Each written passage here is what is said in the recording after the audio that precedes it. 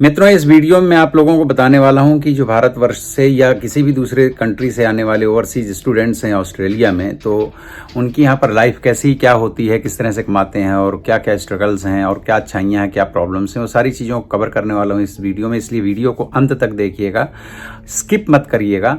और हाँ, जैसा कि मेरे सभी वीडियोज़ में होता है कि वीडियो का जो लास्ट पार्ट है उसमें मैं ऑस्ट्रेलिया का अपना जो व्लॉग होता है वो अंश डालता हूँ, वो पार्ट भी डालता हूँ। खूबसूरत ऑस्ट्रेलिया देखिए। और इस वक्त मैं गोल्ड कोस्ट आया हुआ हूँ, जैसे कि आप देख सकते हैं पीछे मेरे जो है मेरे मित्र हैं अमित जोशी जी, वो अपना तैयार हो रहे हैं। मैं भी तैयार हो चुका हूँ क्योंकि मैं तो काफ़ी सुबह जल्दी उठ जाता हूँ और कल 7वां दिन है और कल हम सुबह यहाँ से निकल जाएंगे सिडनी। फिर परसों हमको जाना है, अर्ली मॉर्निंग हमारी फ्लाइट है सिडनी से मेलबर्न के लिए। तो ये तो अभी थोड़ा सा एक ब्रीफ है। तो अभी इस वीडियो का जो सेकेंड पार्ट होगा, इसी वीडियो के अंदर जो व्लॉगिंग वाला पार्ट होगा वो बहुत ही खूबसूरत मैं आपको गोल्ड कोस्ट दिखाने वाला हूं। तो इस वीडियो को स्किप लास्ट तक मत करिएगा, देखिएगा। बहुत खूबसूरत देश है, वो आपको पता चलेगा मेरे इस वीडियो के लास्ट पार्ट को देख करके। तो चलिए मित्रों, अब बात कर लेते हैं कि यहाँ जो स्टूडेंट्स आते हैं उनकी लाइफ होती कैसी है, क्या उतार चढ़ाव आते हैं। तो सबसे पहले तो देखिए, ज़्यादातर जो स्टूडेंट्स आते हैं वो काफ़ी यंगस्टर्स होते हैं। हालांकि स्टूडेंट्स की वैसी कोई एज नहीं है कि आपको 20 से 21 साल में ही आना है। यहाँ लोग 30 साल में, 28 साल में, 34 साल, 35 साल में भी आते हैं। तो सबसे पहले तो अगर आप बहुत पैसे वाले फैमिली से हैं तब तो आपके लिए ज़्यादा स्ट्रगल नहीं होता है, क्योंकि आप एडमिशन लेते हैं और आराम से पढ़ने का, रहने का, हर तरह का जो खर्चा पानी है भैया वो आपके पेरेंट्स दे देते हैं। लेकिन जो ज़्यादातर स्टूडेंट्स आते हैं हमारे देशों से, भारत से या पाकिस्तान, नेपाल, बांग्लादेश, श्रीलंका, कहीं से भी आते हैं ऐसे कंट्रीज से, तो शुरुआती फीस वगैरह के लिए तो चलो कुछ लोग बैंक लोन लेते हैं या फिर पेरेंट्स या जैसे भी करके वो मैनेज करके आते हैं कि फर्स्ट सेमेस्टर की आपने फीस भर दी और शुरुआत के जो पैसे ज़रूरी होते हैं आपके पास में होने वो सब तो मैनेज करके लाते हैं। उसके बाद में असल में यहाँ आने के बाद में स्ट्रगल शुरू होता है। स्ट्रगल कह लें या यहाँ की अपनी एक जर्नी शुरू होती है। स्ट्रगल शब्द मुझे लगता है ठीक नहीं है, क्योंकि हर चीज़ का अपना एक प्रोसेस होता है कि अगर आप मेडिकल पढ़ने जा रहे हैं तो अपनी मेडिकल की लैंग्वेज होती है, मेडिकल का अपना सिस्टम होता है। इसी तरह से अगर किसी और लॉ पढ़ने जा रहे हैं तो लॉ का अपना एक सिस्टम है, उसकी अपनी एक लैंग्वेज है, उसका अपना एक तौर तरीका है, तो सब सीखना पड़ता है। तो ऑफकोर्स शुरुआत में थोड़ा सा संघर्ष तो होता है। तो इसी तरह से जब आप इस देश में पढ़ने के लिए आते हैं तो स्टूडेंट्स की लाइफ थोड़ी सी चेंज होती है, बिकॉज आप अपने देशों में होते हैं तो वहाँ सारे पेरेंट्स जो हैं, सबके पेरेंट्स सारा काम कर देते हैं, आपको खाना पीना, सब खर्चा पानी सब कुछ वहाँ से मिल जाता है। लेकिन यहाँ की लाइफ दूसरी है। तो यहाँ की लाइफ को मुझे लगता है 3 हिस्सों में बांट लेना चाहिए एक स्टूडेंट के लिए, तो थोड़ा सा बेहतर समझ में आएगा। एक तो वो है कि अगर आप यहाँ पढ़ने आ रहे हैं, ऑफकोर्स चूंकि स्टूडेंट वीजा में आ रहे हैं तो आपको पढ़ाई करनी है, तो उसके लिए निश्चित रूप से आपको कुछ घंटे निश्चित करने पड़ेंगे कि आपको क्लास अटेंड करनी पड़ेगी। अच्छा, यहाँ क्लास के भी सिस्टम्स ऐसे नहीं है कि डेली जैसे अपने यहाँ होता होगा, जैसे होता है ज़्यादातर कि आप 9 to 5 या 9 to 3, ये ऐसा नहीं होता है। यहाँ पे वीक में 2 दिन 3 दिन की क्लास होती हैं और उसमें भी अलग अलग टाइमिंग्स होती हैं। वो इस तरह से वेरिएशंस रखे गए हैं ताकि स्टूडेंट्स जो हैं काम भी कर पाएं। तो पहली चीज़ तो ये है कि स्टूडेंट्स को यहाँ पर काम करने के लिए वीक में 25 आवर्स मिलते हैं कि आप 25 घंटे काम भी कर सकते हैं।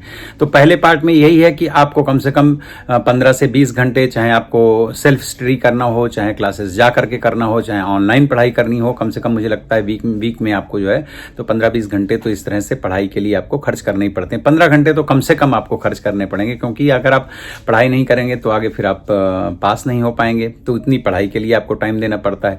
और उसके बाद में एक पोर्शन है जिसमें आपको 20 से 25 घंटे, कहीं पर 20 कहीं पर 25 घंटे जो है आपको जॉब करने का भी गवर्नमेंट अलाउ करती है, परमिट करती है। तो आप कहीं जॉब करेंगे। जॉब करना इसलिए ज़रूरी है कि अगर आप जॉब नहीं करेंगे तो इंडियन पैसे से मिडिल क्लास लोगों को यहाँ सर्वाइव कर पाना नेक्स्ट टू इम्पॉसिबल है, बिकॉज बहुत एक्सपेंसिव है। आप 55 रुपए का $1 खरीदते हैं तो उसके अकॉर्डिंगली जब यहाँ पे खर्च करेंगे तो आपको बहुत महंगा पड़ेगा। तो आपको कम से कम 20-25 घंटे काम करना पड़ता है। कुछ लोग कैश इन हैंड वगैरह भी करते हैं इधर उधर, वो देखिए वो चूंकि कानून के दायरे में नहीं आता, इसलिए मैं उसके बारे में बात नहीं किया करता हूं। कोई मुझसे बोल रहा था आप प्रोटेक्शन वीजा के बारे में बात करिए, जानकारी मुझे सब है, लेकिन मैं उस बारे में कभी बात नहीं करूंगा, क्योंकि मुझे लगता है इथिकली मुझे इन चीज़ों को मोटिवेट और प्रमोट नहीं करना चाहिए, इसलिए मैं उस टॉपिक पे नहीं बात करूंगा। इसी तरह से कि कैश इन हैंड जो लोग काम कर रहे होते हैं, सुनते सुनाते हम सब कुछ है, लेकिन मेरे पास कल को उठ करके कोई प्रमाण मांगने लगे, प्रूफ मांगने लगे, तो भाई मैं वो कुछ दे नहीं सकता, इसलिए मैं उस बारे में ज़्यादा बात नहीं करूंगा। लेकिन लीगली आप यहाँ पर 25 घंटे काम कर सकते हैं जो गवर्नमेंट आपको परमिट करती है। 25 घंटे काम कर सकते हैं हैं तो $23-24, $25, $28, $30 जिस तरह का काम है, और यहाँ पर टाइमिंग भी मैटर करती है कि किस टाइम पे अगर नाइट में कोई काम मिल जाता है तो उसके थोड़े ज़्यादा पैसे बनते हैं। तो ये आपको पैसे भी कमाने, तो इसी हफ्ते भर में मैं एक पूरे वीक का ही केवल आपको ये पूरा बता रहा हूँ सिस्टम कि आपको कम से कम 15 घंटे या 20 घंटे पढ़ाई करनी है, फिर 25 घंटे काम भी करना है, और उसके बाद डेली रूटीन के लिए आपको खाना बनाने आना चाहिए। तो खाना बनाना है, आपको घर की क्लीनिंग करनी है, अपने कपड़ों की क्लीनिंग करनी है, पर्सनल कुछ काम होते हैं, कुछ फ़ोन कॉल्स करने होते हैं आपको इंडिया में, तो ये सारा कुछ काम करना होता है। मतलब अपने को पर्सनली जो है तो सर्वाइव करने के लिए जितने काम ज़रूरी हैं, अब अगर आप किचन में थोड़ा बहुत टाइम देते होंगे इंडिया में तो आपको पता होगा कि पूरे वीक में आपको कम से कम अगर 2 घंटे भी डेली का मान लिया जाए तो 15-16 घंटे, 18 घंटे जो है आपको क्लीनिंग, 20 घंटे मान लीजिए ना, क्लीनिंग और खाना बनाना और इन सब चीज़ों में भी लगेगा। तो इस तरह से 3 हिस्सों में जब जिंदगी डिवाइड होती है, तो जब आप इंडिया से आए होते हैं तब तो वहाँ एक फ्लैट चल रहा होता है कि भाई आप कॉलेज गए, पढ़ाई किया और इसके बाद में मम्मी पापा ने सब कुछ कर दिया, या घर में दूसरे जो भी लोग होते हैं उन लोगों ने संभाल लिया, ना आपको खाना बनाना है, ना क्लीनिंग करनी है, और ना कुछ करना है, थोड़ा बहुत दोस्तों के साथ में मौज मस्ती कर ली। पर यहाँ आकर के वही सब कुछ आपको संघर्ष और बर्डन लगता है। तो मेरी एडवाइस ये है कि अगर आप स्टूडेंट वीज़ा में आ रहे हैं ऑस्ट्रेलिया, तो थोड़ा बहुत घर के काम अपने घर में अपनी मम्मी के साथ में हाथ बटाना शुरू कीजिए, थोड़ी सी क्लीनिंग करवाइए, थोड़ा बहुत खाना पीना बनाना सीख लीजिए, कपड़े वगैरह धोना सीख लीजिए, वो आपको यहाँ पे काफ़ी हेल्पफुल रहेगा। और ये नहीं कि 1-2 दिन सीख लिया और बस बैठ गए, नहीं, 2-4 महीने प्रैक्टिस कीजिए। अगर आपका वीज़ा का प्रोसेस चल रहा है तो एट द सेम टाइम आप अपने घर में रहते हुए अपनी मम्मी के साथ में, अपने पापा के साथ में, अपने फैमिली में घर का खाना बनाना शुरू करें। कम से कम 2 मीटिंग का नहीं तो 1 मीटिंग का घर का खाना बनाना सीखिए और प्रैक्टिस भी कीजिए, और साफ सफाई भी घर की कर लिया करिए। ऊपर से अगर हो सकता है तो आप कहीं पार्ट टाइम जॉब वगैरह कीजिए। क्या होगा कि अगर ये 3-4 महीने की ट्रेनिंग आप अपने देश से ही लेकर के आएंगे तो यहां आपको बहुत ज्यादा इजी होगा। दूसरी एक इंपॉर्टेंट चीज ये है कि यहां आने से पहले आप ड्राइविंग लाइसेंस जरूर ले लीजिए, और सिर्फ लाइसेंस मत लीजिए, गाड़ी चलाना अच्छी तरह से सीख लीजिए। और हो सके तो ऑनलाइन ऑस्ट्रेलिया में किस तरह के रूल्स एंड रेगुलेशंस हैं, उन चीजों को ड्राइविंग के वो भी आप पढ़ लीजिए।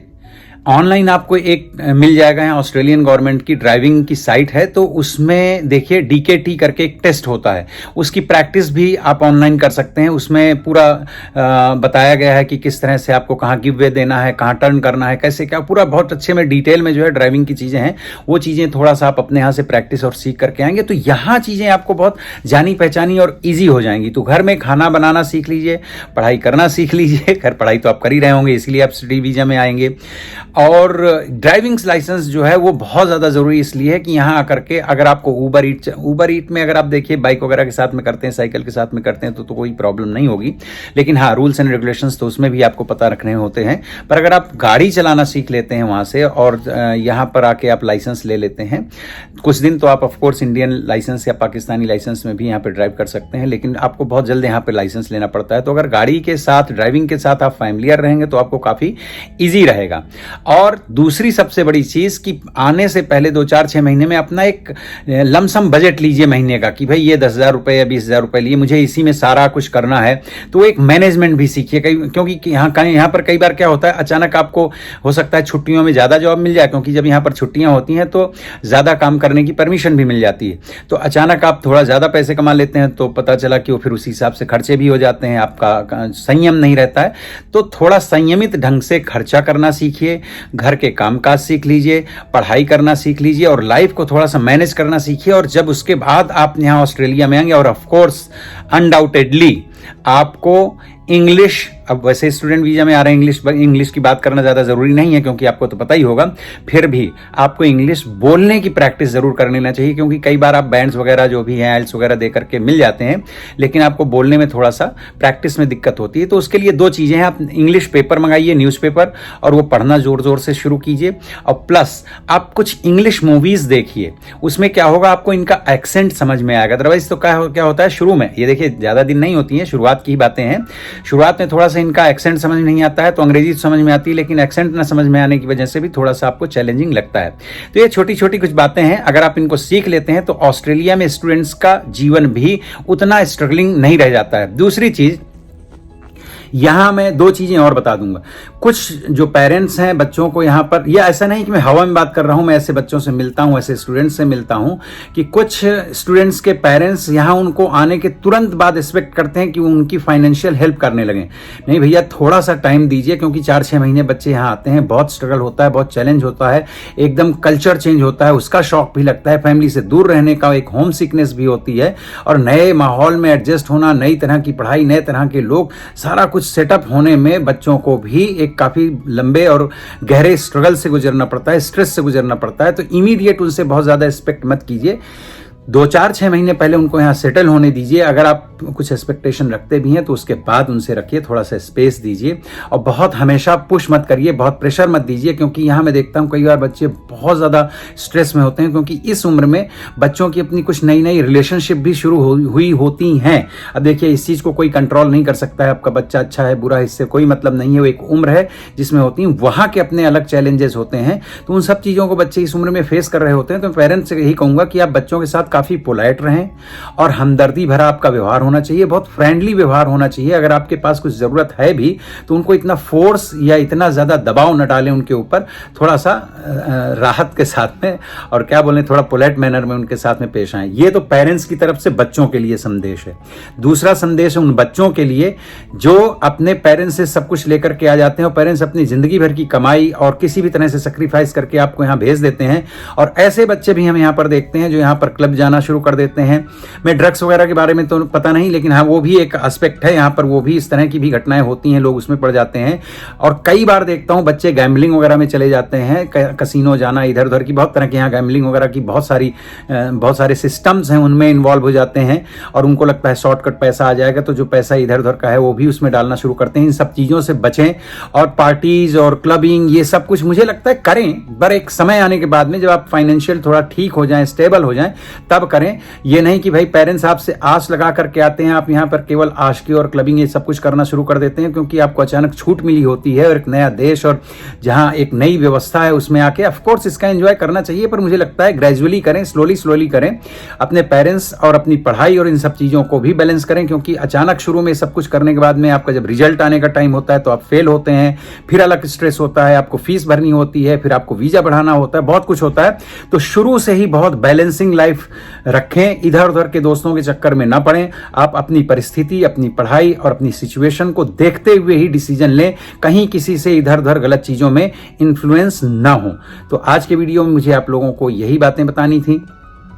मित्रों, अगर वीडियो आपको अच्छा लगा हो तो चैनल को सब्सक्राइब ज़रूर कीजिएगा, और एक लाइक कीजिएगा, कमेंट करके आप बताइएगा कि आपको मेरे वीडियोस कैसे लगते हैं। और ये मेरे और आपके बीच की यात्रा है जो हम साथ में शुरू करते हैं। मुझे जो यहाँ की जानकारियाँ हैं मैं आपको आपके साथ में शेयर करता हूँ, और आप उन्हें लाइक करके कमेंट करते हैं तो मुझे भी हौसला अफजाई होती है। अगर मैं हिंदी में कहूँ तो मैं प्रोत्साहित होता हूँ, मोटिवेट होता हूँ कि और अच्छे और नॉलेजेबल वीडियोज़ आप तक लेके आऊँ। और वीडियो का सेकेंड पार्ट ज़रूर देखिएगा, अवश्य देखिएगा, क्योंकि इसमें बहुत ही खूबसूरत ब्यूटीफुल इंटरनेशनल टूरिस्ट डेस्टिनेशन है ये गोल्ड कोस्ट, जो कि ऑस्ट्रेलिया की सबसे सुंदर एक सिटी है।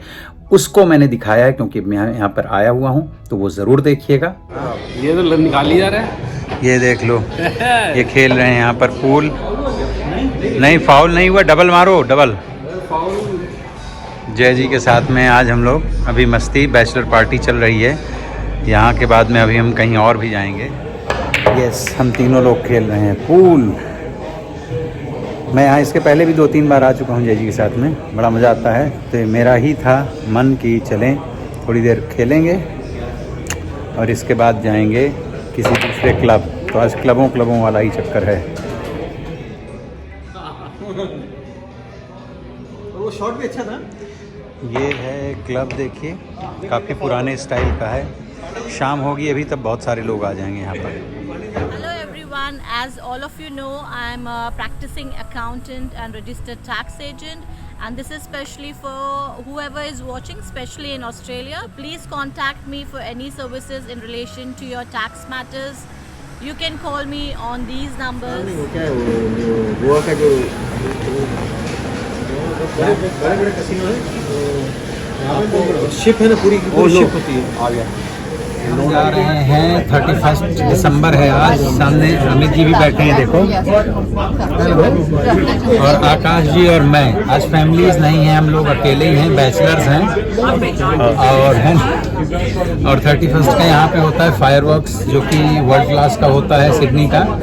तो हालांकि बहुत ज़्यादा मन नहीं था, ये तो अमित जोशी जी की वजह से फिर हम लोगों ने प्लान बना लिया कि इनको भी लेके चलना है, दिखाना है। देखो इस समय बज रहे हैं 5:15, सिडनी के 5:15 बज रहे हैं।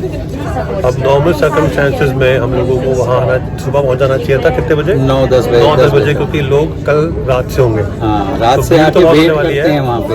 हम लोग चांस ले रहे हैं और आई होप भगवान की दया से हमको जगह मिल जाए अच्छी सी, बैठने की, सही खड़े होने की जगह मिल जाए और हम आराम से देख सके। तो मेरे लिए सेकंड टाइम है, तो मेरे लिए 6वां-7वां टाइम है, और इनके लिए पहली बार। और इनके लिए भी पहली बार है। जो चश्मा लगा के बैठे हुए हैं, कहते हैं जिनके बाल नहीं होते हैं वो बहुत धनी होते हैं। तो धनवान व्यक्ति बैठे हैं हमारे बगल में,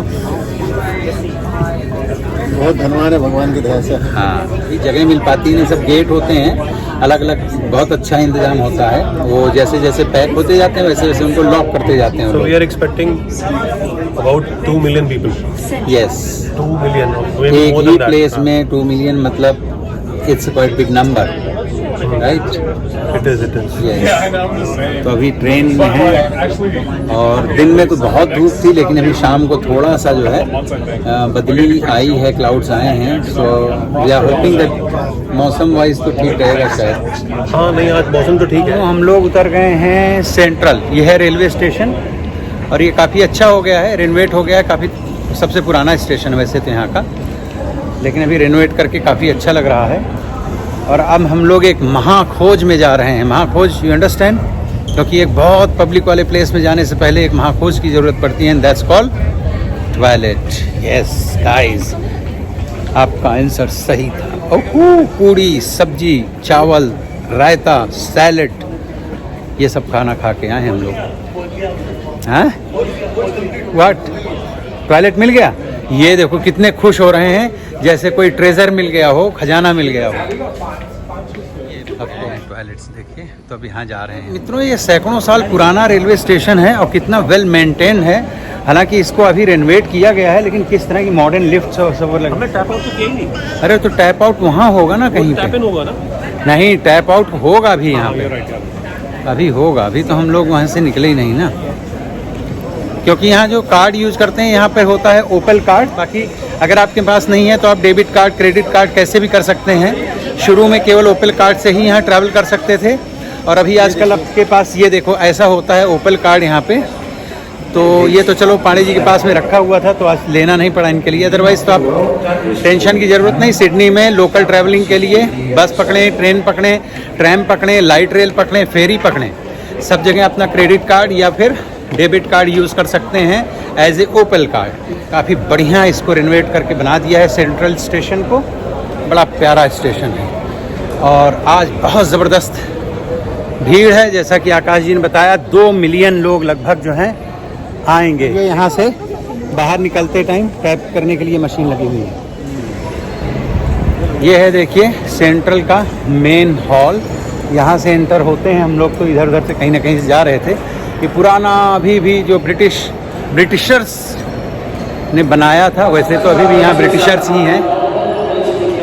नहीं, सिडनी के बाहर इसी लाइट रेल को कहते हैं ट्रैम, और यहाँ पर कहते हैं लाइट रेल, जो कि सड़कों के ऊपर ही चलती है। और यहाँ ऑस्ट्रेलिया में जो है, ये देख रहे हैं जो मनुष्य बना हुआ है रेड कलर का, ये जब ग्रीन कलर का मनुष्य हो जाता है तभी यहाँ पे सभी प्राणी लोग क्रॉस कर सकते हैं, जनता जनार्दन क्रॉस कर सकती है।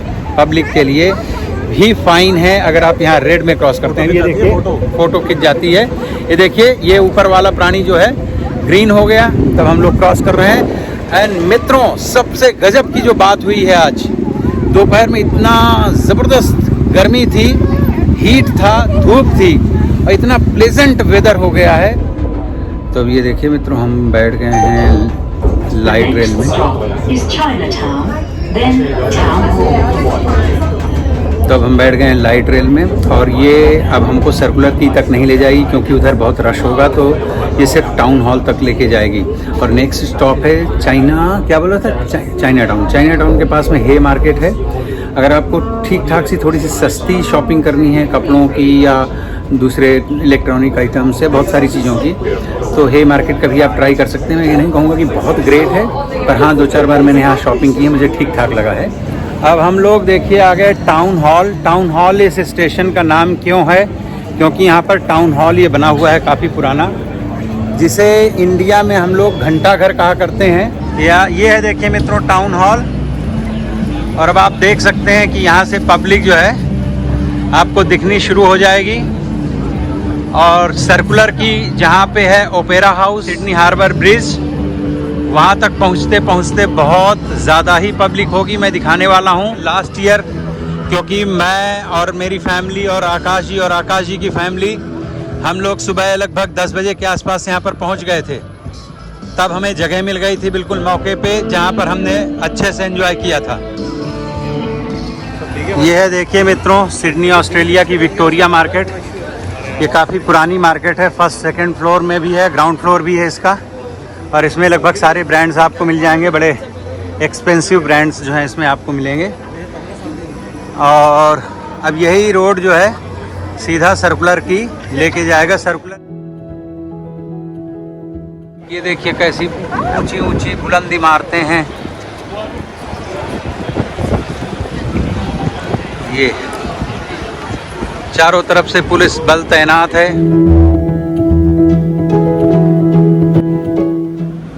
मित्रों देखिए कल तो पूरा दिन थोड़ा आराम वगैरह भी किया हमने, और उसके बाद हम गए थे घूमने टहलने, लेकिन पता नहीं क्यों कल मेरा वीडियो वगैरह बनाने का मन नहीं हो रहा था। और ये है देखिए होटल मंत्रा, और ये लॉबी है नीचे की। और अभी हम जा रहे हैं यहाँ पर जो कृष्णा विलेज है यहाँ से। और लास्ट ईयर जब हम आए थे समर वेकेशन में फैमिली के साथ में, तो यहाँ ही पर रुके थे। मतलब यहाँ पर मीन्स ये जो कृष्णा विलेज जा रहे हैं वहाँ अगर कभी किसी को रुकना है तो वहाँ पर पहले से बुकिंग करनी पड़ती है, स्टे कर सकते हैं। तो ये होटल मंत्रा जो प्राइजेज़ यहाँ के हैं 19-20 उतने ही प्राइजेज़ वहाँ के हैं। मतलब वो कोई सस्ता नहीं है कि आश्रम है करके तो सस्ता रहेगा, लेकिन आपको उसी तरह से सुविधाएं भी वहाँ पर वैसे ही मिलती हैं जैसे यहाँ पर हैं। तो हम जा रहे हैं अंदर, होटल के अंदर से भी है पार्किंग तक जाने का रास्ता, लेकिन अब हम यहाँ से निकल आए हैं। ये देखिए भैया, कल मैं सुबह जल्दी उठ गया था। कल सुबह मैं करीबन 5 किलोमीटर मैंने जॉगिंग की। गोल्ड कोस्ट सरफेस पैराडाइज का जो बीच है उसके किनारे, और फिर 5 किलोमीटर लगभग नहीं 6 किलोमीटर वॉक किया। तो ये तो मैं सुबह करके आ गया था 11 किलोमीटर, और फिर पूरे दिन में मेरा 15 किलोमीटर का जॉगिंग और वॉकिंग सब मिला के हो गया था। ये देखिए अभी हम आ चुके हैं, और आते ही क्योंकि प्रसादम का यहाँ पर जो होता है समय होता है 12 साढ़े 12, और हम लोग काफ़ी लेट थे, तो हम 2 लोगों के लिए थोड़ा सा खाना मतलब प्रसाद बचा था, तो काम तो चल गया अच्छे से। अगर हम 1-2 मिनट भी लेट हो जाते तो सब समेट रहे थे। और ये अंदर देखिए इनका एक छोटा सा स्टोर, जिसमें अगर आप गीता जी या कुछ ऐसा कुछ लेना चाहते हैं। यहाँ पे 3rd टाइम आए हैं। गौ माता जी की सेवा वगैरह यहाँ होती है। यहाँ पर कुछ वस्त्र और इस तरह से बैग वगैरह भी चाहते हैं आप तो ले सकते हैं। अभी मैं आपको थोड़ा सा मंदिर के दर्शन करवा देता हूँ। ये है वो जगह, क्लीन हो चुकी, साफ़ हो चुकी, बढ़िया 10, 12, 15 आइटम कम से कम होते हैं हमेशा यहाँ पर। भगवान श्री कृष्ण का यहाँ पर एक श्लोक और प्रार्थना लिखी रहती है। यहाँ सारे लोग जो हैं लाइन से लग करके और प्रसाद वगैरह ग्रहण करते हैं। हमारे पिछले साल के अगर आप वीडियोस मेरे चैनल में देखोगे तो कई वीडियोस हैं, क्योंकि हमने यहाँ पर कई दिन जो है तो स्टे किया था, तो यहाँ के प्रसाद के और लोगों से मिलने जुलने के और आश्रम का बहुत डिटेल में वीडियोस बना रखा है। और ये सामने है टेंपल, अभी मैं आपको वहाँ पर ले चलता हूँ। यहाँ की विशेषता ये है कि इस आश्रम को पूरी तरह से अंग्रेज़ भक्तों के द्वारा ही ऑपरेट किया जाता है। यहाँ आप सामने देख सकते हैं बहुत सारे मैंगो ट्रीज़ हैं, और इस तरफ जो है सामने भक्तों के रहने का स्थान है।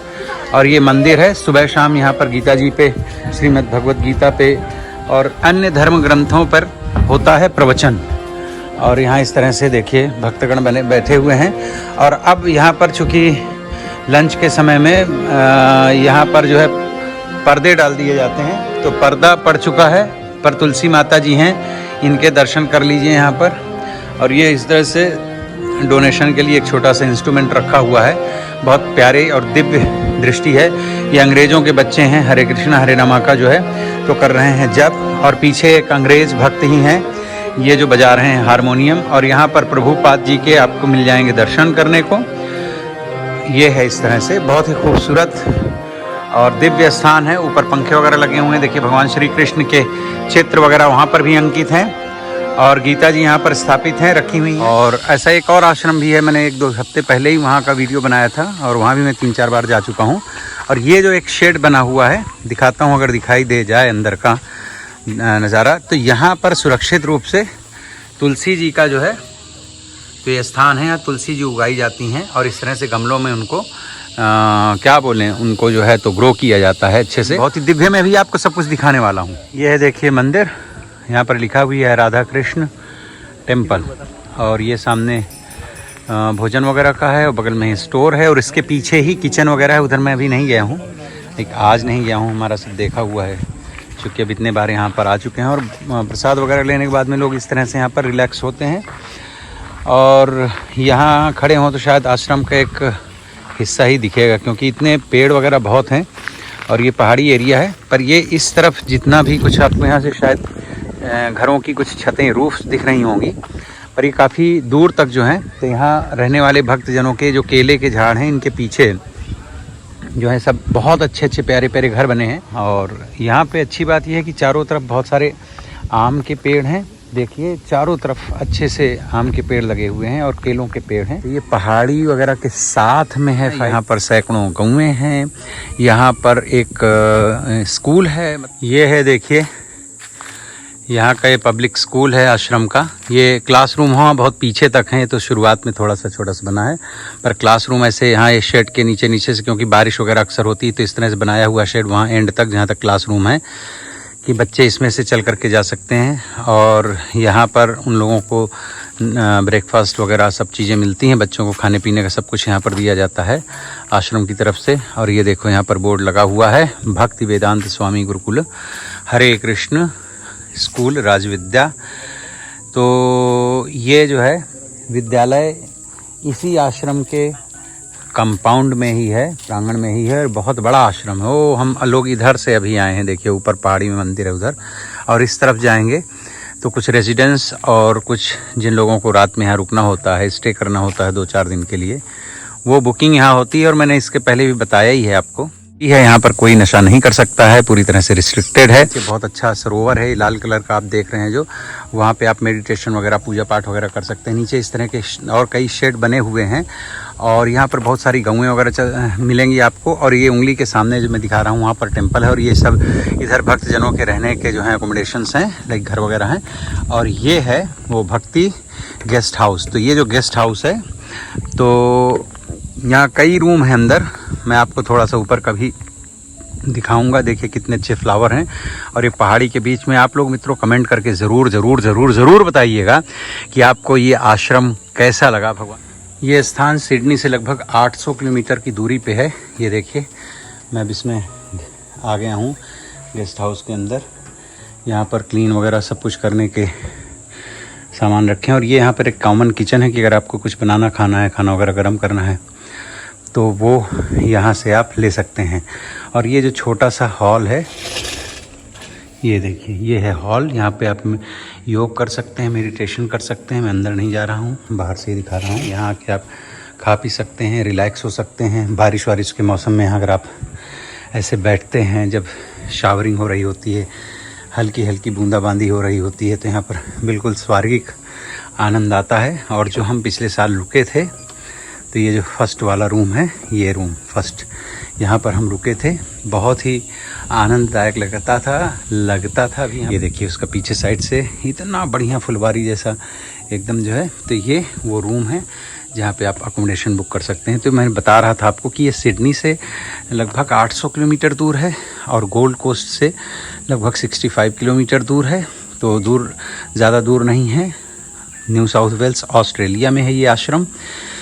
अगर कभी आप यहाँ विज़िट करते हैं तो इनकी वेबसाइट में जाइए, वैसे फ़ोन वगैरह करके भी बात हो जाती है, क्योंकि इनका आगे नीचे ही रिसेप्शन है जहाँ से हम एंटर हुए थे। अगर देखता हूँ रहेगा तो मैं जाऊँगा भी 1 मिनट के लिए आपको दिखाने के लिए। तो या वेबसाइट से जा कर के फ़ोन नंबर इनका निकाल करके और आप अपने लिए अकोमोडेशन 1 दिन 2 दिन 4 दिन 5 दिन 10 दिन जितना भी रहना चाहते हैं तो वो बुक कर सकते हैं। तो उसमें लेकिन आपको फिर तीनों टाइम का मील भी फ्री मिलता है। मुझे लगता है यहाँ आके रहना वर्थ है। क्यों? क्योंकि यहाँ से अगर आपको गोल्ड कोस्ट घूमने जाना है तो 1 घंटे की ड्राइव है आराम से। पिछले साल तो हमने यही किया था, यहाँ पर हम स्टे करते थे और डेली गोल्ड कोस्ट जाते थे। और बायरन बे यहाँ से जो है तो वो भी 1 घंटे की ही डिस्टेंस में है। बहुत ही खूबसूरत कोस्टल सिटी है बायरन बे, हिप्पियों का शहर है और बहुत फेमस है और बहुत ही अलग डिफरेंट टाइप की जो है तो कल्चर है। हम वहाँ पे 3-4 नाइट के लिए एक बार स्टे भी कर चुके हैं 2-3-4 साल पहले और कई बार जा चुके हैं। और आज अभी यहाँ के बाद में हम बायरन बे ही जाने वाले हैं। वहाँ का जो सनसेट है देखने के लिए हज़ारों लोग इकट्ठे हो जाया करते हैं। इतना ब्यूटीफुल लगता है। तो ये इस तरफ जो है आपका पूरा रिसेप्शन वगैरह का एरिया है। यहाँ पे 2-4 लोग खड़े भी हैं, लिखा भी है देखो रिसेप्शन। ये गणपति जी का है यहाँ पे वेलनेस सेंटर। देखिए यहाँ पे मैट्स वगैरह रखी हैं योग करने के लिए।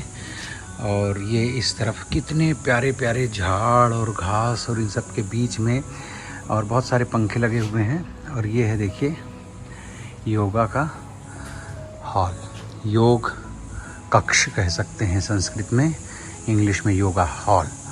तो यहाँ सुबह शाम आते हैं योग गुरु, वो जो आपको योग वगैरह सिखाते हैं। ये देखिए, ये देखिए यहाँ से ऐसे जाएंगे, बड़ा खूबसूरत लगता है।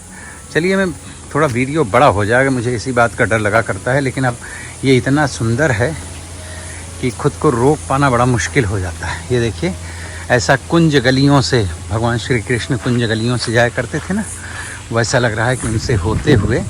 और इतनी सुंदर हवा चल रही है कि इस वक्त आप अगर यहाँ होते, अगर कभी आपने अपने जीवन में इस तरह के स्थान को विजिट किया हो, अनुभव किया हो, ये है देखिए, इस तरफ से अगर आप जाएंगे तो यहाँ पर मिलेगा आपको कैंपिंग के लिए। और यहाँ इस तरह से रिलैक्स होकर के लोग रहते हैं। कॉमन रूम इसका नाम है।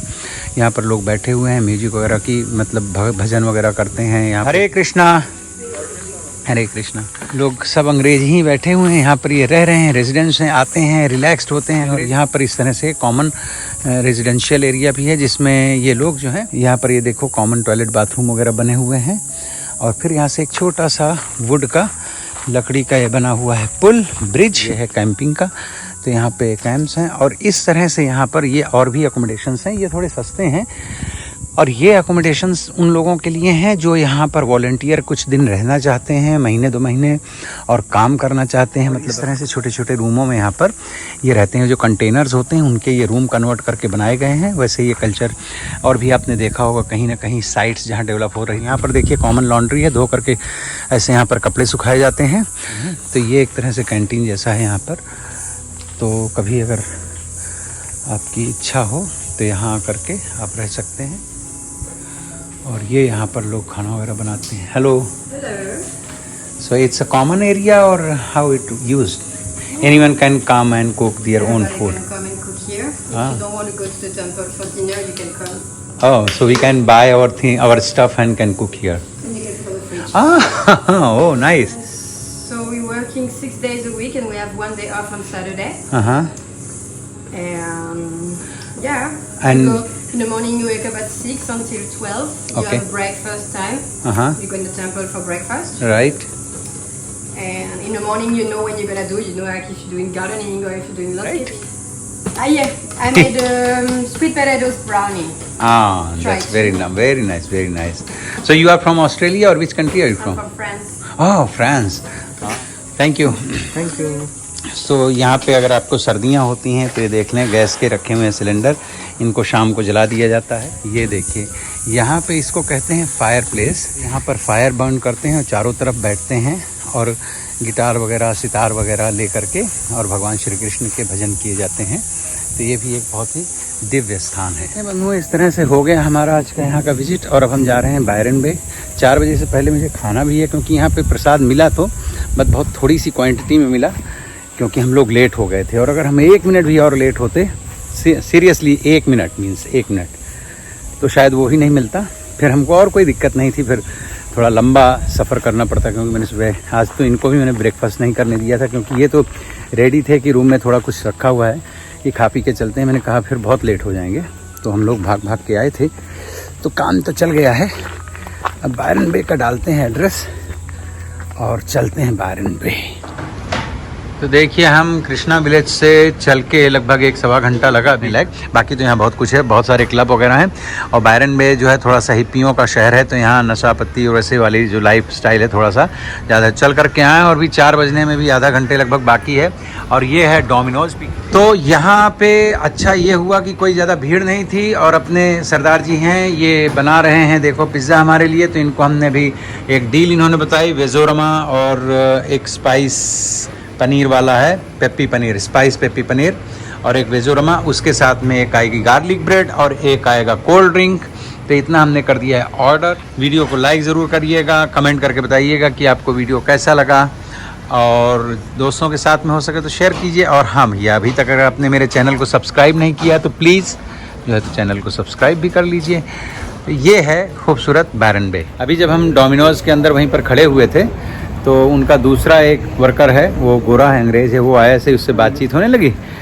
तो मैंने पूछा कि यहाँ पर कोई इंडियन रेस्टोरेंट है क्या, तो बोला हमारे जस्ट बगल वाला ही है। तो ये देखिए ये इंडियन रेस्टोरेंट है और इसका नाम मैं आपको दिखा देता हूँ। नाम है देखिए बॉम्बे टू बायरन, यही है ना? हाँ, Bombay to Byron, authentic Indian food. अब ऑथेंटिक कितना हो गए तो अलग बात है, लेकिन ये अभी क्लोज़ है। ये मेरे ख्याल से डिनर टाइम पे ही खोलेंगे यहाँ पर। हाँ, छोटे टाउन्स में जो इंडियन रेस्टोरेंट्स हैं या कुछ और भी कंट्रीज़ के जो रेस्टोरेंट्स होते हैं वो ज़्यादातर क्या करते हैं कि एक पर्टिकुलर टाइम के लिए ही खोलते हैं, इवनिंग में most of the time, because during the day. अब चूँकि अगर आप दिन भर चालू रखते हो तो वहाँ पर आपको वर्कर्स रखने पड़ते हैं, उनकी सैलरी देनी पड़ती हैं, तो फिर वो प्रेफरेबल नहीं होता है।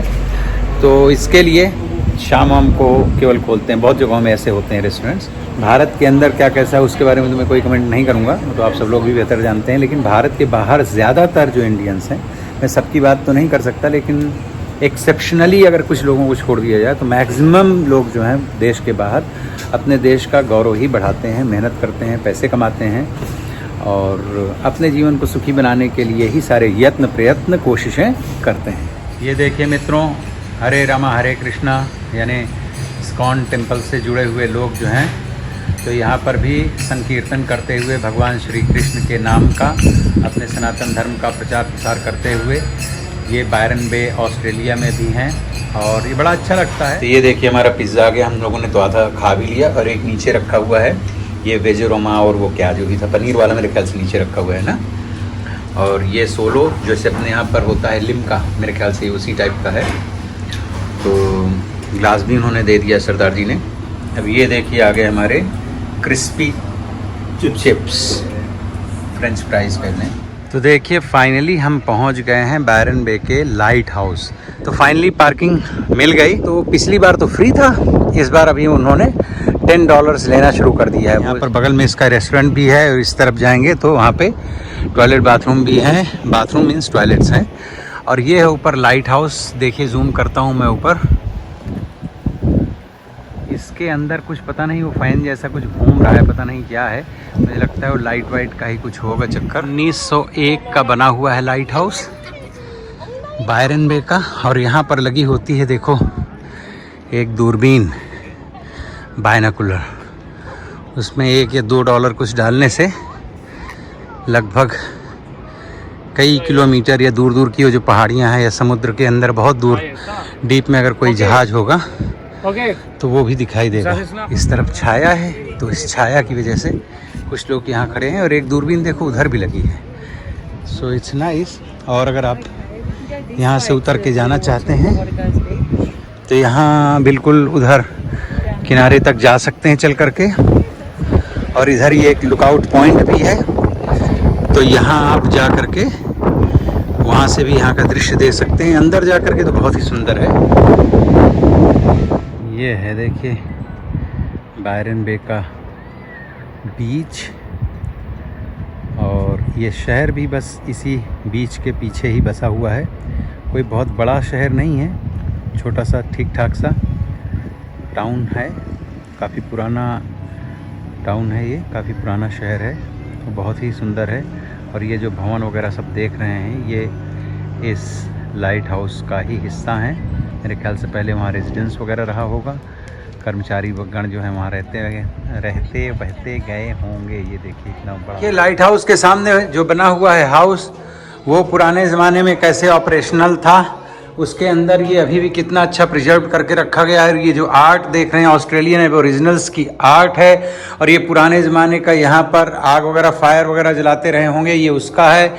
और ये किसी प्रकार से मीटिंग हॉल की तरह लग रहा है, और ये पब्लिक के लिए खोल दिया गया। ये किस प्रकार से बनाया गया था उसके बनाने का पूरा प्लान वगैरह इस तरह से यहाँ पर जो है वो यहाँ पर बना हुआ रखा है। यही है मेरे ख्याल से ऊपर घूमता होगा जो कुछ भी देखिए। लेकिन ये सैकड़ों साल पुरानी बिल्डिंग है, इमारत है। देखिए कितने खूबसूरती के साथ में इस चीज़ को यहाँ पर ड्रॉ किया गया है, बहुत ही सुंदर लग रहा है। ये जो चित्र है ये लाखों शब्दों के बराबर अकेला ये चित्र है, देख लीजिए। और उसके ऊपर ये जो समुद्र की लहरें हैं ये इस बायरन बे के बीच की बहुत ही आकर्षक है। और ये देखिए कितना सुंदर लग रहा है लाइट हाउस, कलर शेड्स देखिए जो कि नेचुरल है, पूरा प्राकृतिक वातावरण, वन है, जंगल है, पक्षी हैं, पशु हैं और वनस्पति है, बहुत सारे वृक्ष हैं। काफ़ी देर तक वहाँ रहने के बाद लाइट हाउस के पास अब हम लोग इधर बीच साइड में आ गए हैं। इधर ये वृक्षों के उस तरफ बीच है और इधर हम चलना चाह रहे थे। यहाँ पर है बहुत ही खूबसूरत एक रेस्टोरेंट जैसा है, और ये देखो शावर वगैरह लगे हैं। ऐसे अपनी पर्सनल ये सब ले करके लोग जो हैं यहाँ पे जाते हैं। इस जगह से नीचे उतरने का है, रेत में नहीं जाना है मुझे, मैं रेत में जाने के बजाय जो है तो इधर रेत तो इधर भी है। ऑस्ट्रेलिया का, यूरोप और इंडिया इन सब कंट्री से अलग वेदर होता है। जब वहाँ पे बहुत सारी सर्दी है तब यहाँ पर जो है तो एकदम गर्मी है, और जब वहाँ गर्मियाँ होती हैं तो यहाँ सर्दियाँ होती हैं। ये देखिए सामने कितना बड़ा बीच है। पहले हमें सुबह आया करता था जॉगिंग वगैरह करने के लिए, 5-6 दिन हम लोग रुके थे यहाँ पे, एंजॉय कर रहे हैं लोग।